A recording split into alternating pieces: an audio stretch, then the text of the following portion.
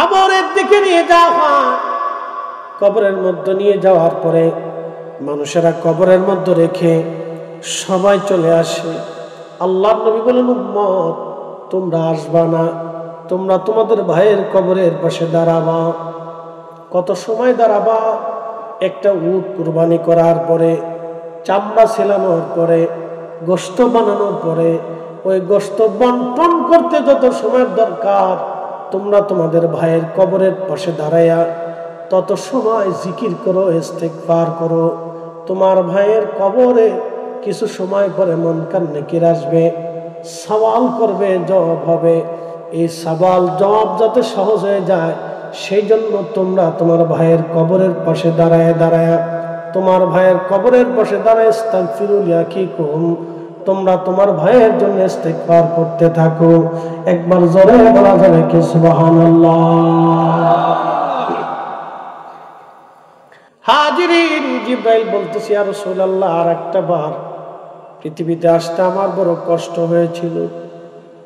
যখন লোকেরা হযরত ইব্রাহিম আলাইহিস সালাম, ইসমাঈল আলাইহিস সালামের গলার মধ্যে চোখ বেঁধে, ইসমাঈলের হাত বেঁধে, পা বেঁধে উপর করে শোয়াইয়া, ইব্রাহিম আলাইহিস সালাম নিজের চোখ বেঁধে মাথা শরীর উপরে উঠে, মাথার উপরে শরীর উঠাইয়া বিসমিল্লাহি আল্লাহু আকবার বলে যখন ছুরি নামাইতেছিলেন ইসমাঈলের গলা বরাবর,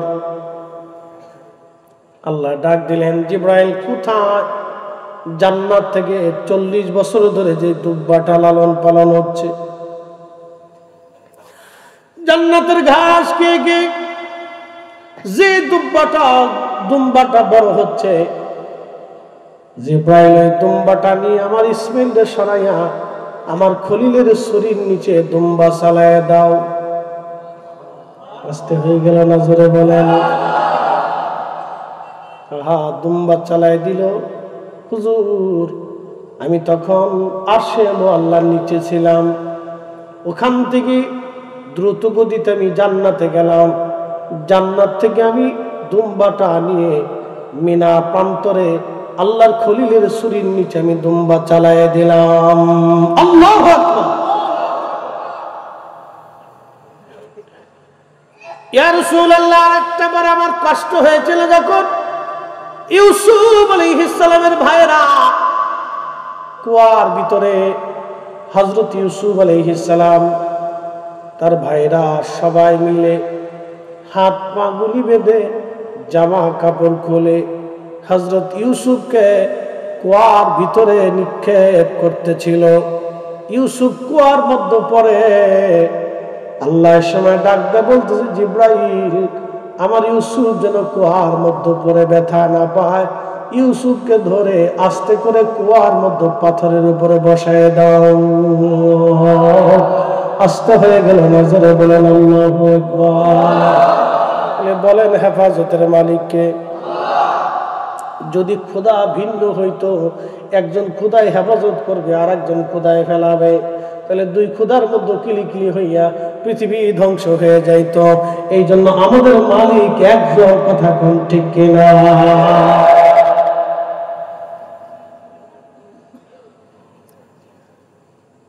রাজনগরবাসী হযরতে ইউসুফ আলাইহিস সালামের ভাইরা ইউসুফকে কুয়ার মধ্যে ফেলে দিল কেন? হিংসা। এই জন্য তিনটা জিনিস মনে রাখবেন।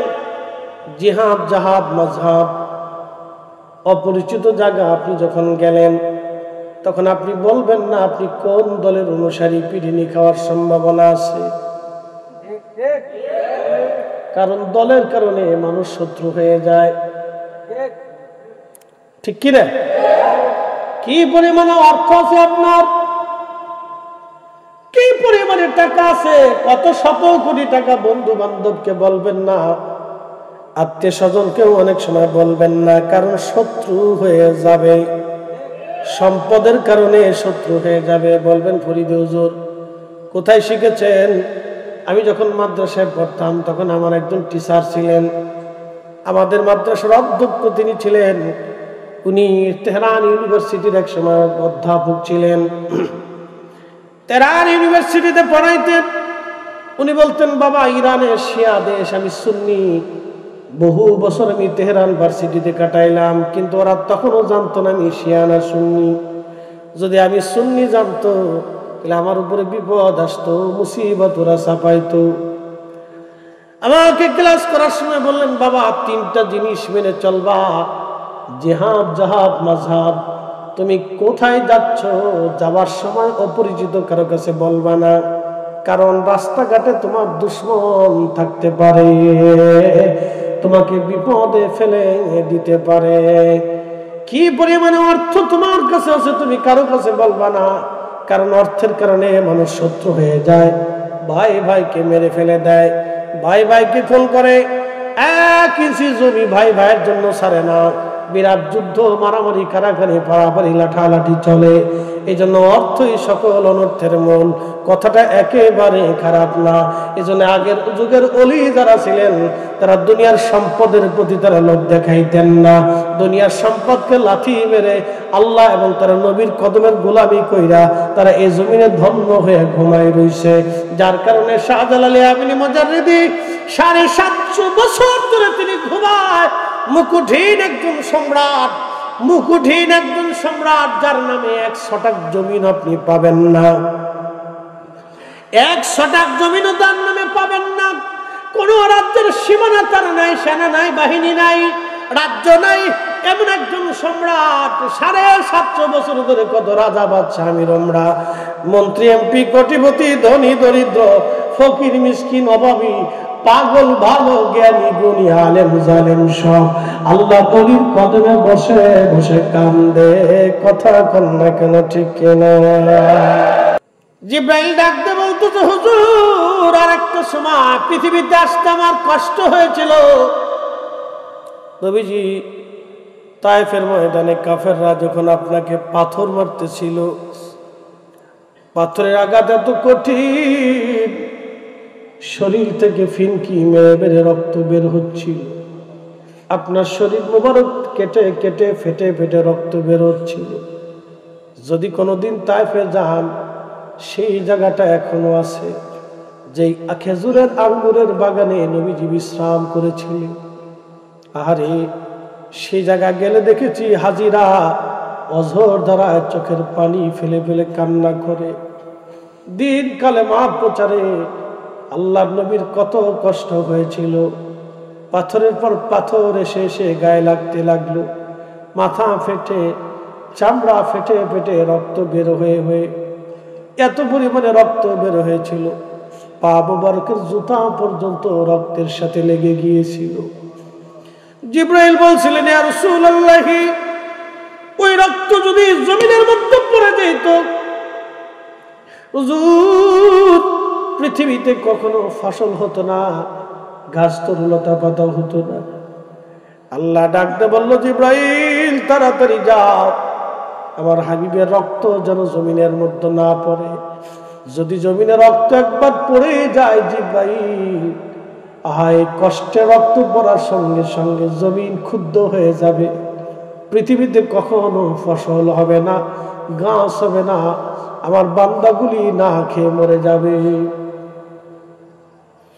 জিবরাইল, আমার রাসূলের রক্ত জমিনে পড়তে দিও না হুজুর। দ্রুত গতিতে সেই সময় আমি রক্তগুলি তুলে ধরেছি, জমিনের মধ্যে রক্তগুলি মিশতে দেইনি। ইয়া রাসূলুল্লাহ, আহা সেই নবী আমাদের, আহা সেই নবী আমাদের। আল্লাহর নবী কষ্ট করার পরও জিবরাইল এসে বলেন, ইয়া রাসূলুল্লাহ, অনুমতি যদি দেন পাথর চাপা দিয়ে, পাহাড় চাপা দিয়ে তায়েফ ধ্বংস করে দিব।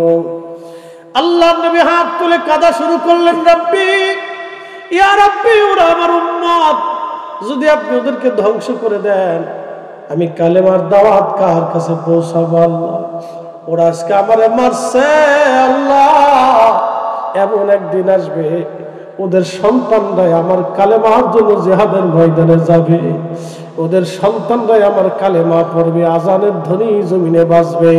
একবার আওয়াজ তুলে বলা যাবে কি ইয়া রাসূলুল্লাহ।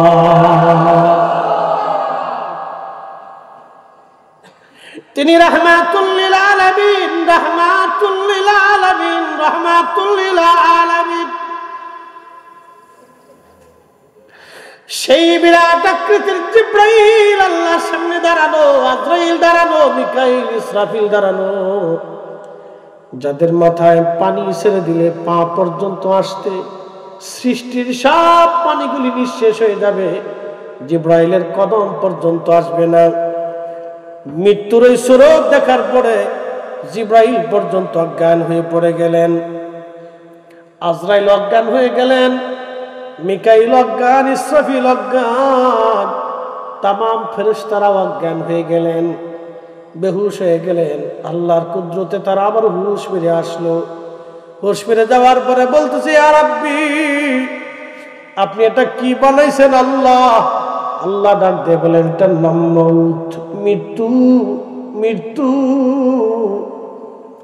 জিবরাইল, আজরাইল, ইসরাফিল, মিকাইল বলতেছে, ইয়া রাব্বি, এই মৃত্যু আল্লাহ আপনি কেন বানাইছেন?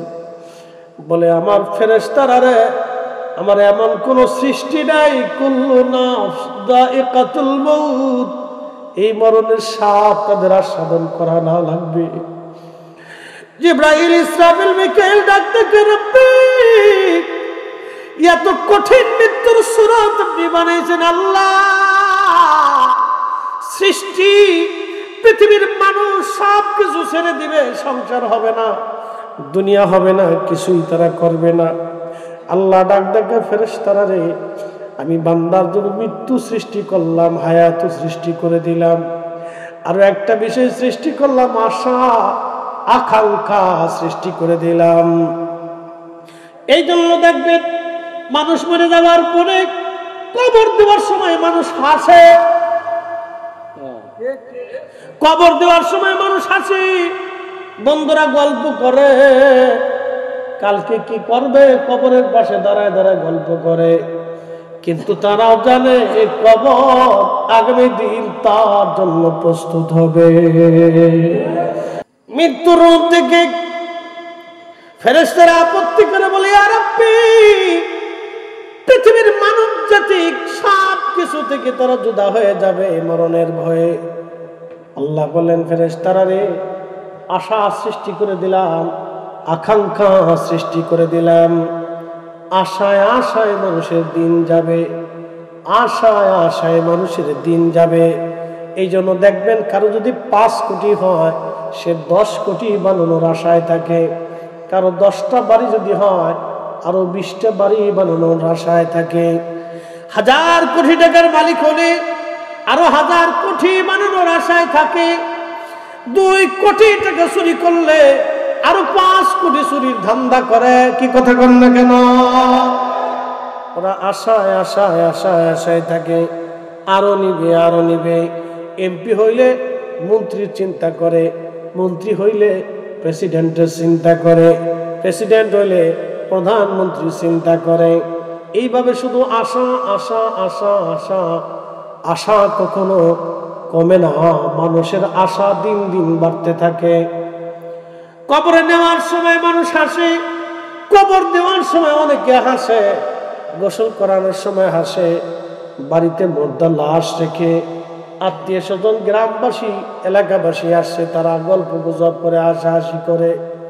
বাজানো, ওরা মুর্দা লাশে দেখেও তারপরে হাসাহাসি করে। এটার নাম আশা। তারা তখনও আশায় থাকে, ও মারা গেছে, আমি আরো 50 বছর বেঁচে থাকবো। কিন্তু আল্লাহ বলে দিলেন, হাবিব উম্মতকে বলেন, কুল ইন্নাল মাউতাল্লাযী তাফিরুনা মিনহু ফাইন্নাহু মুলাকীকুম। হুজুর, মরণ থেকে তারা সবাই পালায়, পালায়া বাঁচার চেষ্টা করে। নবীজি বলে দেন, এই মরণ থেকে পালানোর কোনো রাস্তা নাই। আল্লাহ আজরাইলকে ডাক দিয়ে বলতেছে, আজরাইল, এই মালাকুল মউতের দায়িত্ব তোমারে দিলাম। আজরাইল ডাক দিয়ে কয়, ইয়া রাব্বি, তার বিকট চেহারা দেখে আমি নিজেই তো অজ্ঞান হয়ে গেছি। আল্লাহ, ওই মালাকুল মউতের দায়িত্ব তুমি আমার দিলাই, মৃত্যুকে আমি কি করে কন্ট্রোল করব? আল্লাহ ডাক দিয়ে বলেন, আজরাইল, আমি রব সেই শক্তি তোমাকে দিব, আজকে থেকে তোমাকে মালাকুল মউত বানাইলাম। আজরাইল ডাক দিয়ে, রাব্বি, এই মউতের শিকার কি আমাকেও হতে হবে? আল্লাহ ডাক দিয়ে বলতেছেন, আজরাইল, সৃষ্টির মধ্যে এমন কোন জীবন নাই, এমন কোন জীবন নাই রে আজরাইল, যে জীবনের মউতের স্বাদ না নিতে হবে। প্রত্যেকটা জীবনের মউতের স্বাদ নিতে হবে। আজরাইল, তোমাকেও মউতের স্বাদ নেওয়া লাগবে, এই মরণ থেকে তুমিও পালাইতে পারবা না। মৃত্যু থেকে তুমিও মালাকুল মউতের রেহাই হবে না, তোমাকেও মরণের স্বাদ আস্বাদন করা লাগবে। আজরাইল, আল্লাহ ডাক দিলেন, হাবিব উম্মতকে বলে দেন, এই মউত সবাইকে নেওয়া লাগবে। খুব মনোযোগ দেন রাজনগরবাসী। মৃত্যুর সময় যখন ঘনিয়ে যায়, 1 সেকেন্ড আগেও হবে না, 1 সেকেন্ড পরেও হবে না। মৃত্যু রাজা চিনে না, প্রজা চিনে না, বাচ্চা চিনে না, বিজ্ঞানী চিনে না, সে কাউকে চিনে না। সে চিনে খোদার হুকুম যখন শেষ হয়ে যাবে, 1 সেকেন্ড আগেও হবে না, পরেও হবে না। ওয়ালা ইউআখিরাল্লাহু নাফসান ইযা জাআ আজালুহা।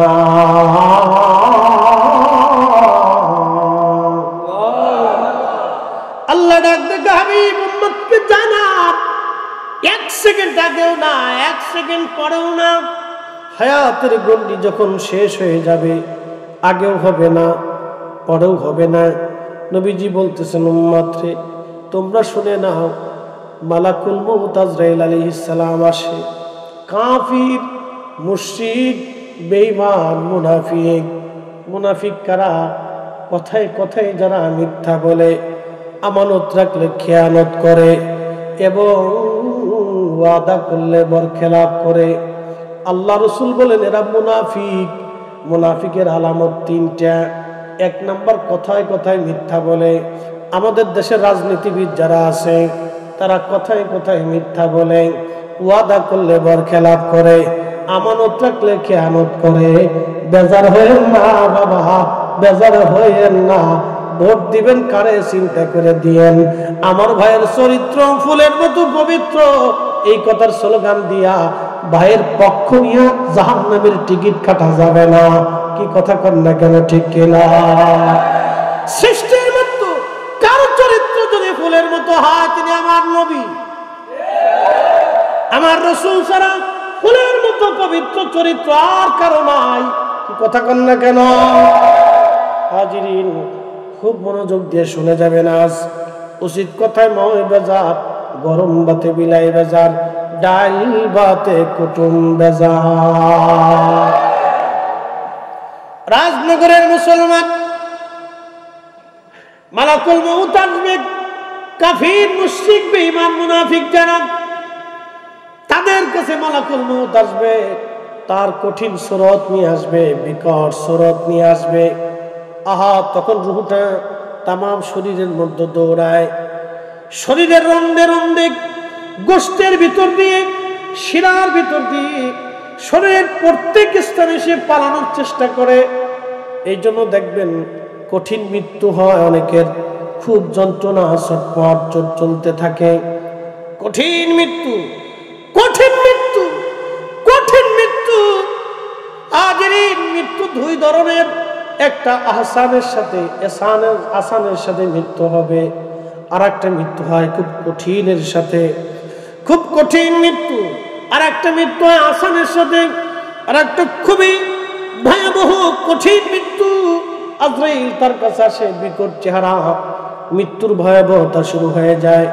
আল্লাহর নবী বললেন, মুনাফিক, বেঈমান, নাফরমানদের মৃত্যুটা হবে এতটাই ভয়াবহ, একটা উটের চামড়া তুমি যদি জিন্দা হালতে ছিলাও, 1 বার 2 বার 100 বার একটা উটের চামড়া যদি ছিলানো হয়, যতটা কষ্ট হয়, আল্লাহ নবী বললেন নাফরমানদের মৃত্যুর যন্ত্রণা তার চাইতে বেশি ভয়াবহ হয়।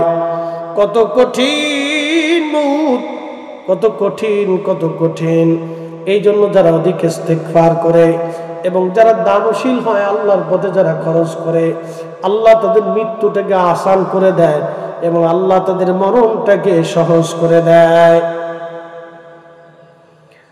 রাজনগরের মুসলমান খুবই মনোযোগ দিয়ে শুনে যাবে না, যেহেতু আল্লাহর ওলিদের শানের মাহফিল, এখান থেকে কিছু বুঝে যেতে হবে। মরণের যন্ত্রণা খুবই ভয়াবহ। আর যদি আপনি নাফরমান না হয়, বদকার না হয়, আল্লাহ বলা হয়, আল্লাহ তার মাফ করে দেয়। এমন ইমানদার মুমিন মুসলমানের মৃত্যুর সময় আজরাইল আসে, চেহারার সুরত থেকে খুবই নরম এবং খুব মায়াময়ী চেহারা নিয়ে চলে আসে। তখন আল্লাহ ডাক দিয়া, আইয়াতুহান নাফসুল মুতমাইন্না তুরজিই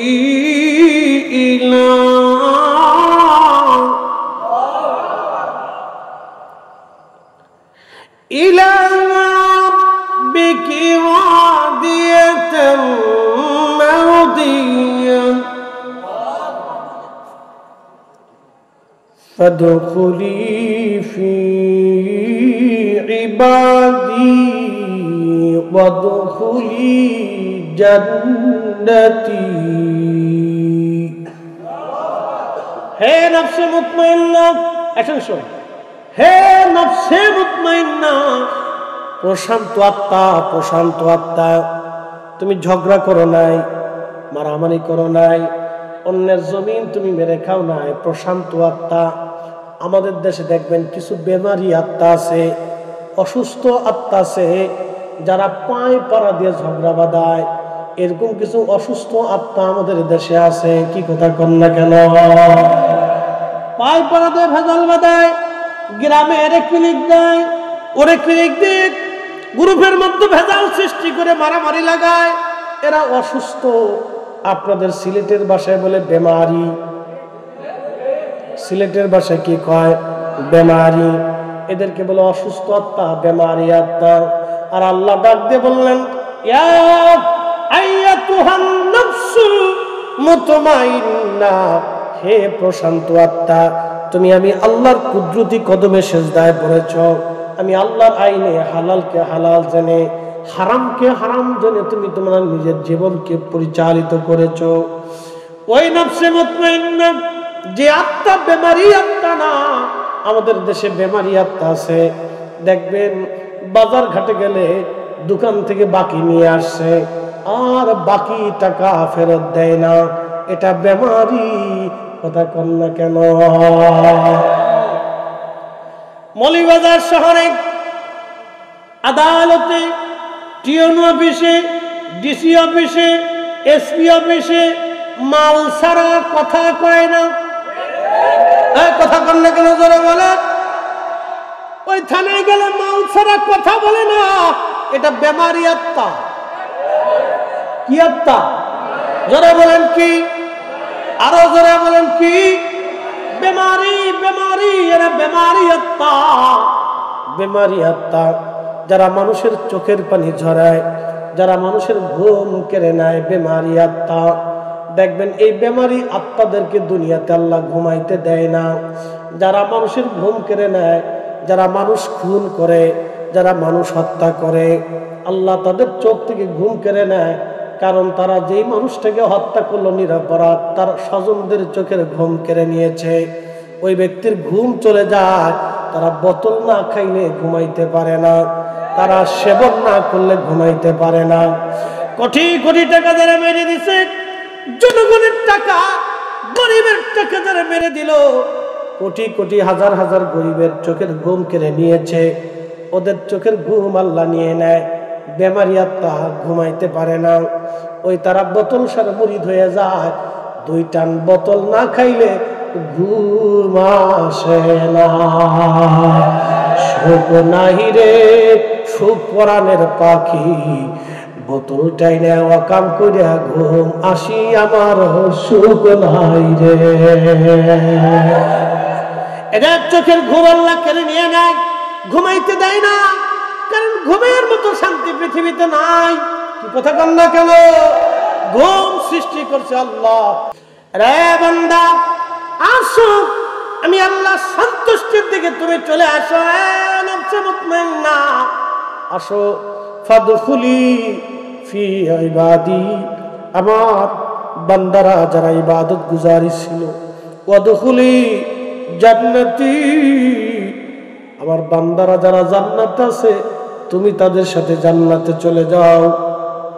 কঠিন মনোযোগ দিবেন। মৃত্যু, এই মৃত্যু হয়ে যাওয়ার পরে আল্লাহ রাসূল বললেন, আমার উম্মত বান্দাকে কবরের দিকে নিয়ে যাওয়া হয়, একটু শুনে যাবেন।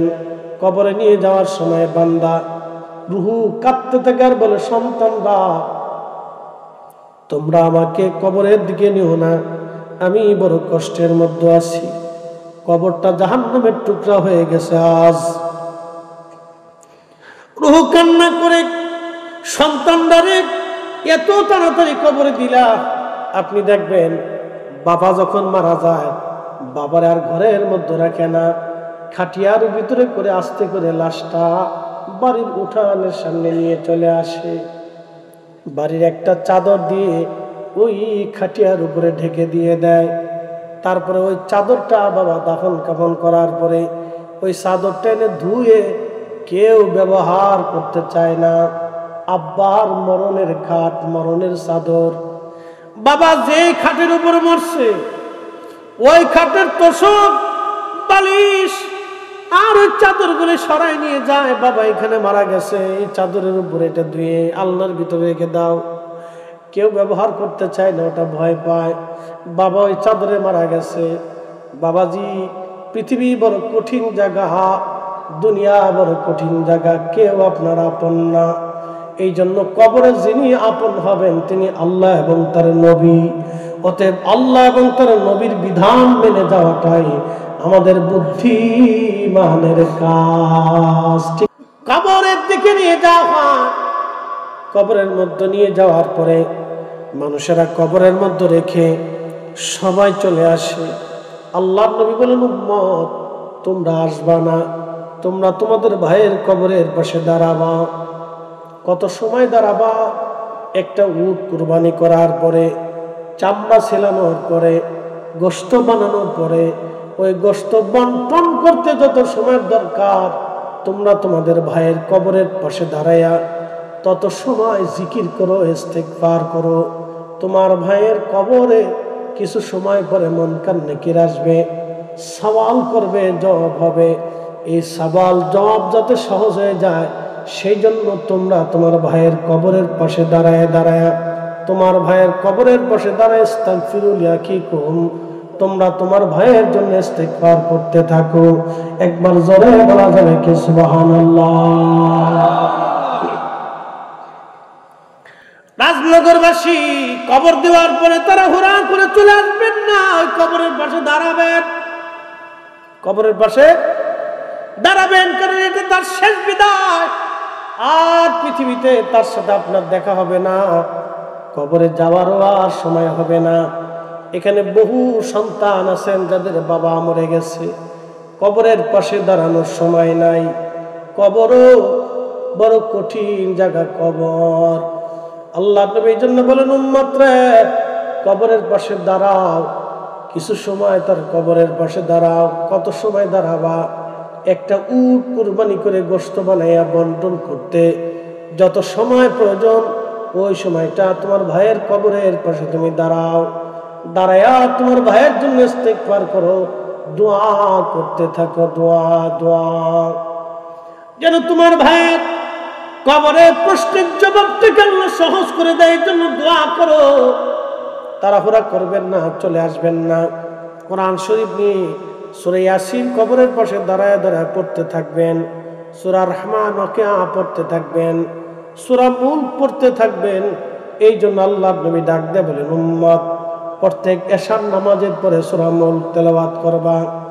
সূরা মুলক প্রত্যেক এশার নামাজের পরে ঘুমোতে যাওয়ার আগে যারা সূরা মুলক তেলাওয়াত করবে, আল্লাহর নবী বলেন, হিয়াল মানিয়া হেল মুনজিবা তুনজিহি মিন আযাবিল কবর।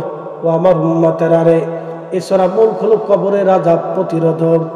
হাদিসে নববীতে সূরা মুলকের তাফসীরের মধ্যে আসছে, মানুষকে যখন কবরের মধ্যে শোয়ানো হবে, কষ্ট হচ্ছে? তাহলে একসাথে বলুন তো আল্লাহু আকবার। কবরের জেলখানায় যখন আল্লাহর হাতে ধরা পড়ে, তাকে ছাড়ানোর জন্য কেউ কবরে নাই। বড় কঠিন, হৃদয় থেকে আজ বুঝে যাবেন, হৃদয় থেকে। আল্লাহর নবী বললেন, ওই কবর থেকে সমস্ত মানুষগুলি চলে আসে। যখন চলে আসার পরে আহা, লোকটা মামলার আসামি হয়ে যায়। মামলার আসামি, আল্লাহ তারে শাস্তি দিবে। তার কবরে জাহান্নামের ফেরেশতারা আসতে চাবে। ওই যে সূরা মুলক প্রত্যেক দিন এশার নামাজের পরে বান্দা তেলাওয়াত করছিল, ওই সূরা মুলকটা কবরে বান্দার মাথার পাশে যে দাঁড়ায় থাকে, এমন সময় ওই মাথার পাশ দিয়ে জাহান্নামের ফেরেশতারা ঢোকার জন্য চেষ্টা করে। সূরা মুলক ডাক দিয়ে বলে, ফেরেশতারা কোথায় যাও? ফেরেশতারা বলে, আল্লাহরে বান্দাকে শাস্তি দেওয়ার জন্য যাচ্ছি। সূরা মুলক তখন ডাক দিয়ে বলে, ফেরেশতারা রে, ফিরে চলে যাও, কারণ এই বান্দা প্রত্যেক দিন এশার নামাজের পরে আমাকে তেলাওয়াত করছে। অতএব আমি থাকতে তোমাদেরকে কবরে ঢুকতে দেব না। একবার জোরে বলা যাবে আল্লাহু আকবার। লানা চিৎকার মেরে বলেন আল্লাহু আকবার। ঠিক আবার ফেরেশতারা পায়ের দিক থেকে ঢুকতে যায়, সূরা মুলক আবার পায়ের সামনে দাঁড়ায়। ফেরেশতারা কোথায় যাও? ফেরেশতারা বলে, আমরা তাকে আযাব দেওয়ার জন্য যাচ্ছি। সূরা মুলক বলে, না না না, ফিরে চলে যাও, কারণ এই বান্দা প্রত্যেক দিন আমাকে যত্নের সাথে এশার নামাজের পরে তেলাওয়াত করত। আমি সূরা মুলক আজকে তোমাদেরকে কবরে ঢুকতে দেব না, তোমরা চলে যাও, আমি তাকে আযাব দিতে দেব না। ফেরেশতারা ডাক দেখে, রব্বি কোন কবরে পাঠাইলেন? আপনার সূরা মুলকের জন্য তো আমরা ঢুকতেই পারি না, সে বাধা দেয়। আল্লাহ তো সবই জানে, কেন বাধা দেয়? বলে, সেই সূরা মুলক নাকি প্রত্যেক দিন এশার নামাজের পরে তেলাওয়াত করতো আপনার বান্দা।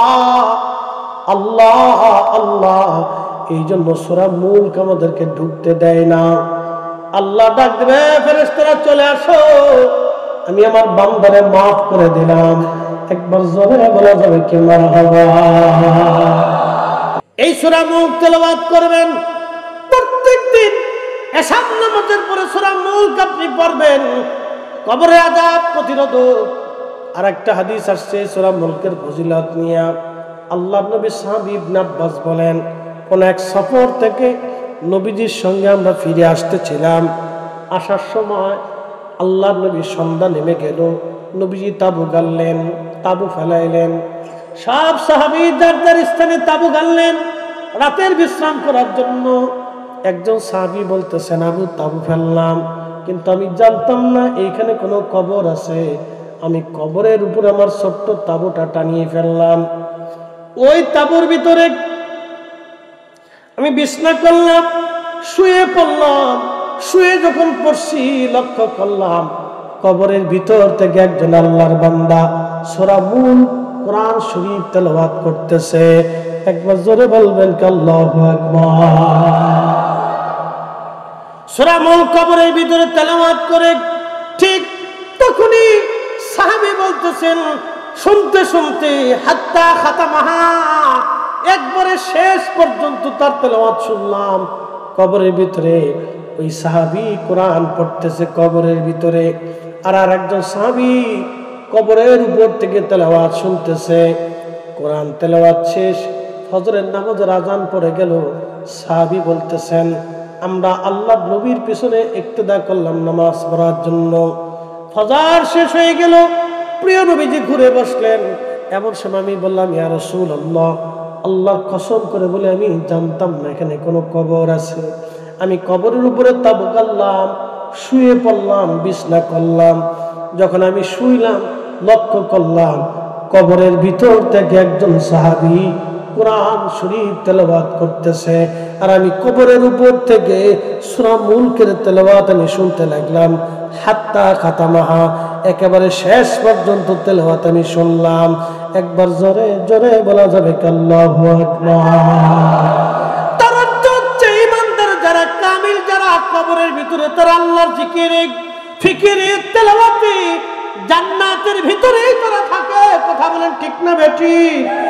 আল্লাহর নবী বলেন আল কবরু রাউযাতুম মিন রিয়াজিল জান্নাহ, কবর কারো কারো জন্য জান্নাতের বাগান।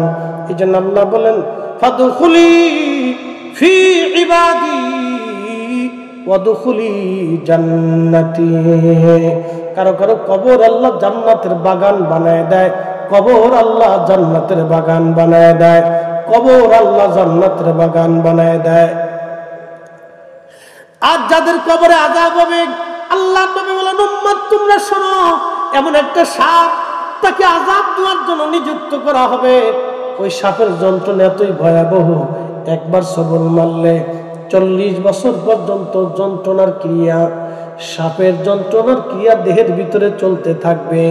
ওই সাপটা প্রতিনিয়ত তাকে কামড়াইতে থাকবে, তার মুখের গোশতগুলি টেনে টেনে উঠিয়ে নিয়ে যাবে। ওই সাপ যদি পৃথিবীতে একবার উকি দিয়ে নিঃশ্বাস ছাড়তো, নবীজি বলতেছেন তামাম পৃথিবীতে কোনো ফসল বাঁচত না, গাছ হতো না, জীবন মারা যাইতো, তামাম পৃথিবীর বাতাস বিষাক্ত হয়ে যাইতো। ওই সাপের বিষক্রিয়ায়, কঠিন বিষক্রিয়ার কারণে ওই সাপ থেকে কামড়াইতে থাকবে। কবর বড় কঠিন, কবর বড় কঠিন, কঠিন জায়গায়। আল্লাহর বান্দা কেউ নাই আপন, কেউ নাই, কেউ নাই। এই জন্য দুনিয়ার থেকে 2টা জিনিস নিয়ে যাওয়া লাগবে। 1 নম্বর ঈমান, 2 নম্বর আমল। আল্লাহ ডাক দিলেন আল্লাযী খালাকাল মাউতা ওয়াল হায়াতা লিয়াবলুয়াকুম আইয়ুকুম আহসানু আমালা। বান্দা তোমার মৃত্যু সৃষ্টি করলাম, তোমার হায়াত সৃষ্টি করলাম, পৃথিবীতে তোমাকে পাঠাইলাম পরীক্ষা করব কে তোমরা, কে তোমরা, কে তোমরা। আইয়ুকুম আহসানু আমালা, ভালো আমল করো, ভালো কাজ করো, আমি সেটা দেখব। যারা ভালো আমল না করে পৃথিবীতে আসবা, কবরে চলে আসবা। কবর বড় কঠিন, কবর বড় ভয়াবহ জায়গা। আল্লাহ ডাক দেন ইয়া আইয়ুহাল্লাযীনা আমানুত্তাকুল্লাহা হাক্কা তুকাতিহি।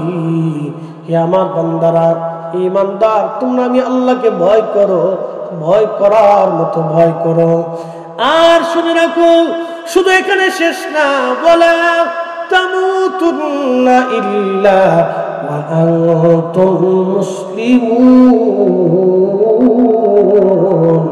মুসলমান না হইয়া কবরে যাইও না, মুসলমান না হইয়া কবরে যাইও না, মুসলমান না হইয়া কবরে যাইও না, মুসলমান না হইয়া কবরে যাইও না।